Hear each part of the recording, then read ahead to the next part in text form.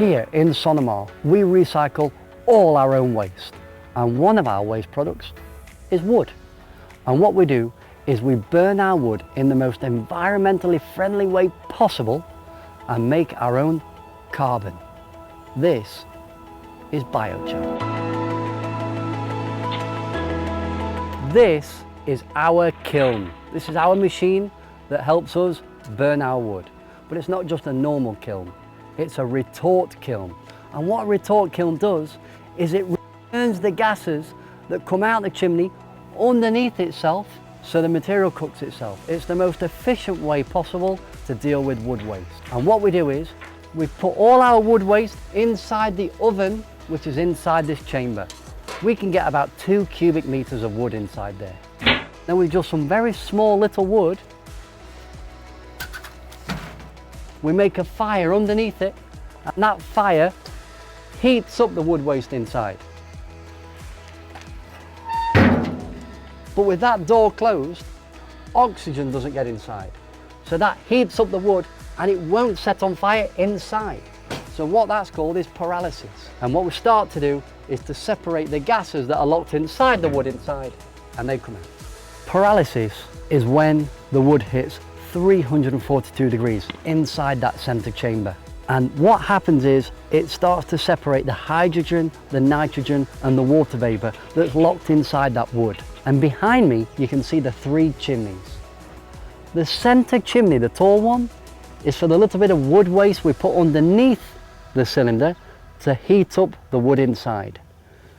The 2 small chimneys is what's coming out the center cylinder. And as it gets up to 342 degrees, we start to separate the hydrogen, the nitrogen and the methane and the water vapor. We close those chimneys and that recirculates the gases. That will ignite below, and in the end it just gives us carbon.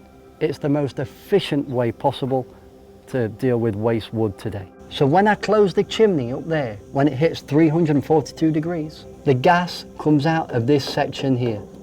So the gas comes out, it ignites with the fire here and continues to cook the material inside until all the material inside has separated from all the nitrogen, hydrogen and methane.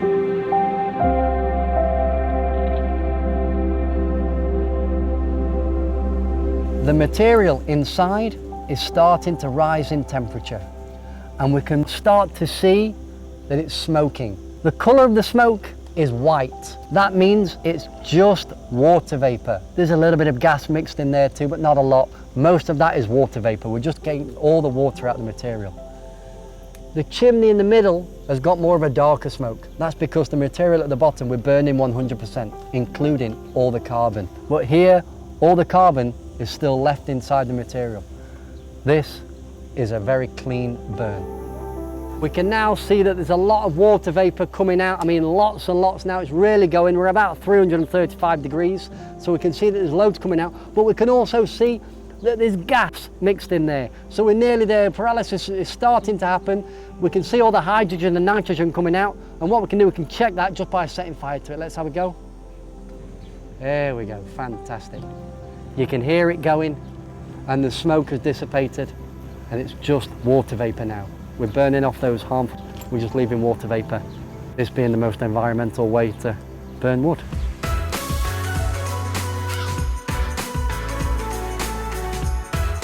Now we've closed the chimney, we can see that the gas is coming out from the retort and it's igniting.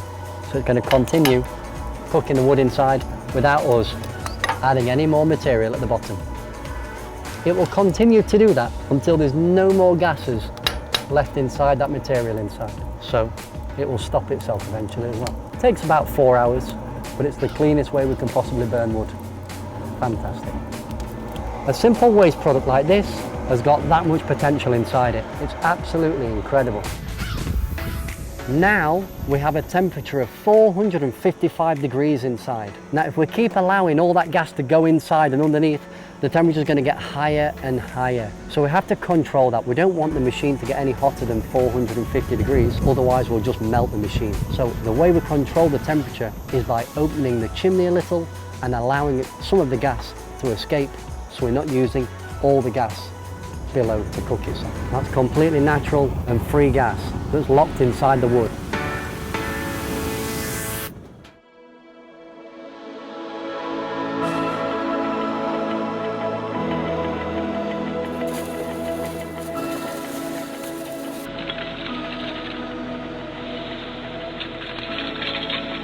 And the next day we can open the doors and we can see all the material inside that's now carbon.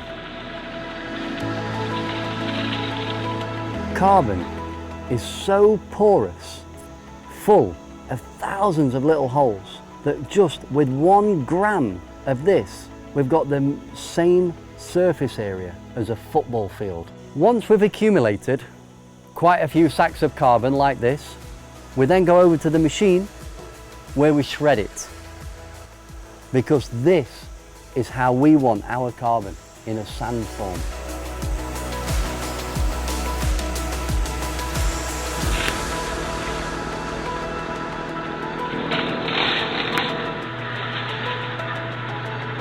Biochar has got so many wonderful uses. It really is an incredible material. But one use for me personally that I really am interested in is a substrate. It's a soil. So what we do is we mix our biochar with our own compost, so we can have a great substrate that we can plant trees with, and we can reforest all of Sonoma without using any irrigation. Here we are making our own fertilizer. Once this has been fermented for around 2 days, I will then get biochar and I'll put it inside this fertilizer, and that biochar will absorb all that fantastic bacteria and all those lovely minerals, and then it will hold all that beautiful bacteria in the soil ready for the plants. And my recipe is 1 shovel of homegrown compost, 1 cup of seaweed, 1 cup of just standard earth, 1 cup of rock dust, 1 cup of oats, 1 cup of worm hummus, 1 teaspoon of bat guano, a teaspoon of iron, a teaspoon of root stimulator, a teaspoon of blood and bone, a teaspoon of fish powder, and a nice tablespoon of black molasses sugar. And now we stir it up, let it sit there, adding oxygen to it for about 2 days, and we'll have the best fertilizer in the world. Once we've got the carbon in a powder form, now we can mix it with our own fertilizer. Carbon is so porous that it'll absorb all the fantastic bacteria and microbes and nutrients in that water. And that carbon is so absorbent that once we mix it in there, all that nutrients will get locked inside that carbon, and it's absolutely fantastic. It'll hold it there forever and ever. And then when we mix this with our soil, that's how we've got the best substrate in the world.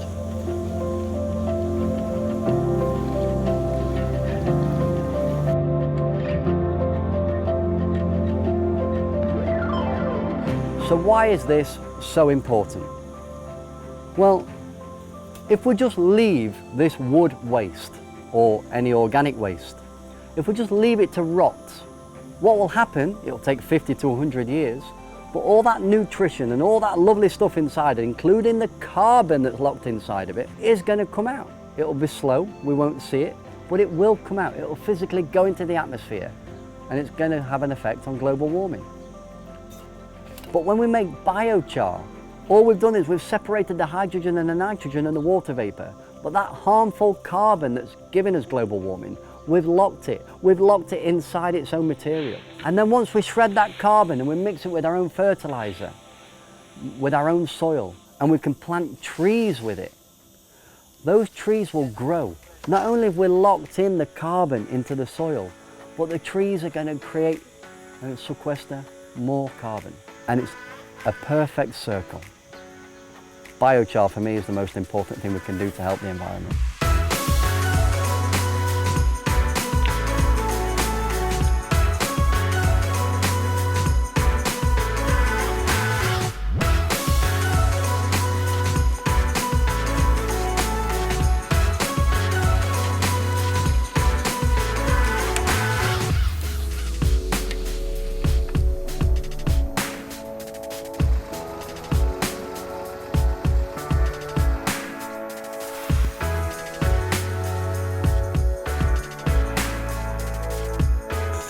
¿Qué pasa? Tienes una cosa ahí en la cara. Tengo...